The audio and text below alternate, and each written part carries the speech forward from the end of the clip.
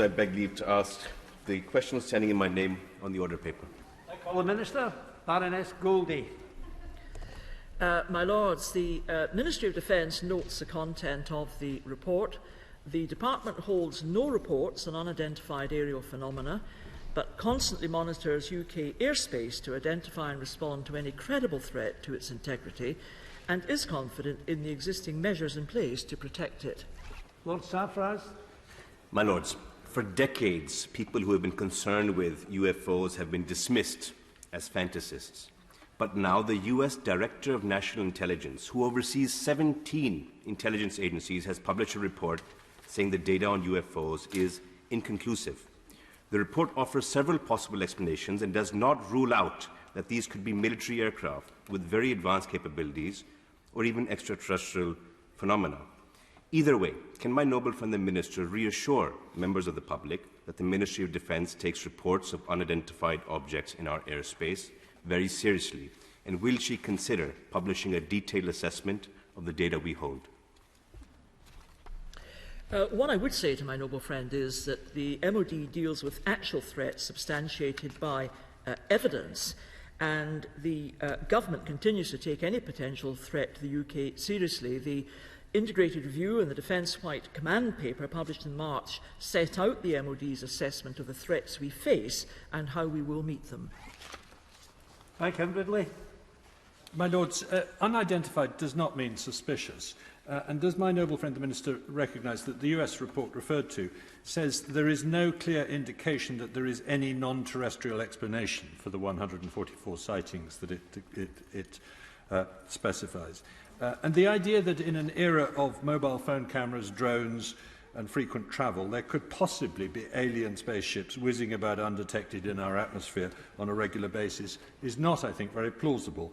It's much more likely that these blurred images have boring explanations, alas. Does my noble friend agree? I think the important point, and which I wish to reassure your lordships, is that the UK air defence community detect and monitor all flying air systems 24 hours a day to provide an identified air picture as part of the UK's national security posture and our commitment to the integrity of NATO airspace. Now, that is supported by Typhoon aircraft at RAF Lossiemouth and RAF Coningsby. They're held at high readiness, ready to intercept any threat to UK airspace.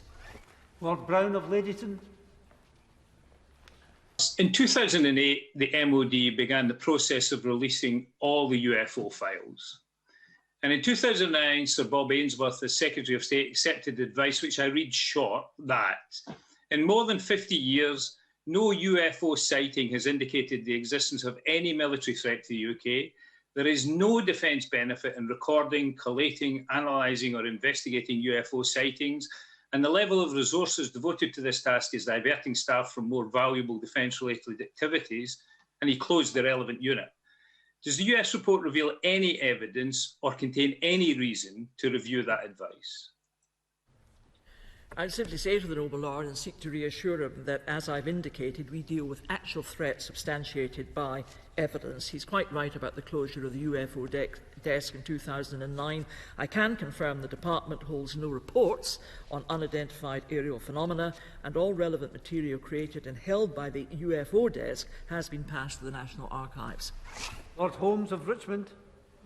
My Lords, turning to identifiable flying objects, would my noble friend agree that the UK has a tremendous opportunity to develop its new space industry, not least in low Earth orbit, in terms of the build, development, launch, operation, recovery, rebuild of small satellites for both positive purpose, defence and civil opportunities? My noble friend makes a very important point with which I entirely agree, and that is clearly an area of exciting and future development for the UK Government. Can I say to the Minister, given the subject, it's very reassuring to see her here physically and not beamed in. But the Pentagon have said that unidentified aerial phenomena are actually a serious national security threat. So notwithstanding what she's just said, does she agree with that US analysis, the Pentagon's analysis of the threat from unidentified aerial phenomena? And therefore, is the UK suffering from a similar threat that the US has itself identified. And given that the MOD has abandoned the UFO desk in 2009, where are such sightings to be reported and who to? The truth is out there, Minister, and hopefully it will be in your answer as well. Well, I've never testified veracity to this chamber on all occasions, and what I would say to the noble lord is, again, the underlying important point is the security of our air space, and I've already indicated how we address that potential threat and how we are well sustained and well provided to deal with any such potential threat. But we regard threats as having to exist in the first place. We regard them as having to be substantiated by evidence, and that's because we need to know what it is we are addressing and how best we can address it. We, of course, are aware of the US assessment. I would just say to the noble lord that the MOD has no plans to conduct its own report into UAP, because in over 50 years no such reporting had indicated the existence of any military threat to the United Kingdom. Baroness Wilcox of Newport. The recent report from the United States task force dedicated to investigating UFOs has neither confirmed nor rejected the ideas that such sightings could indicate alien visits to Earth. I believe that Cardiff Bay is the alleged location of the Torchwood Institute, set up to deal with incidents of extraterrestrials, and indeed the Yanto Jones Shrine forms part of the tourist trail at Mermaid Quay. So 7 decades after unidentified aerial phenomena first appeared on the radar, defence ministries around the world ought to know what they are. The recent report doesn't require us to accept the reality of alien visitation, but it does require us to take UFOs seriously. Therefore, how seriously does Her Majesty's Government now take UFOs in the light of this report?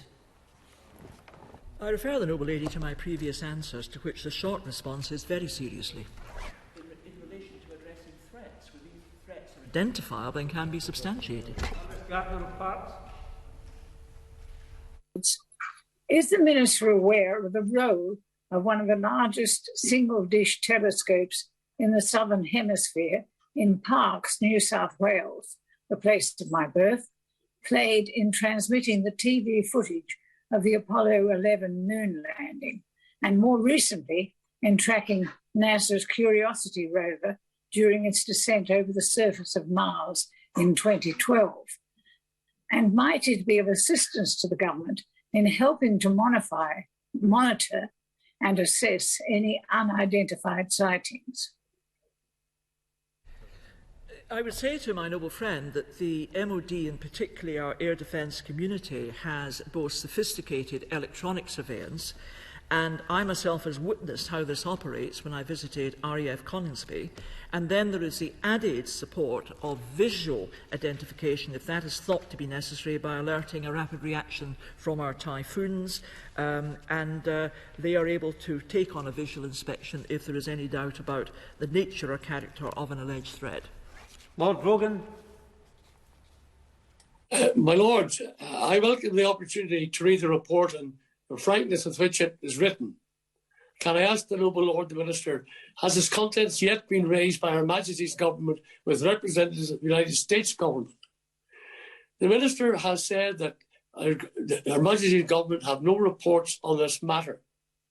But given the interest it has generated around the world, and indeed perhaps other worlds, does Her Majesty's Government now have plans to produce a similar document summarising any recent UAP or UFO sightings within UK borders and overseas territories?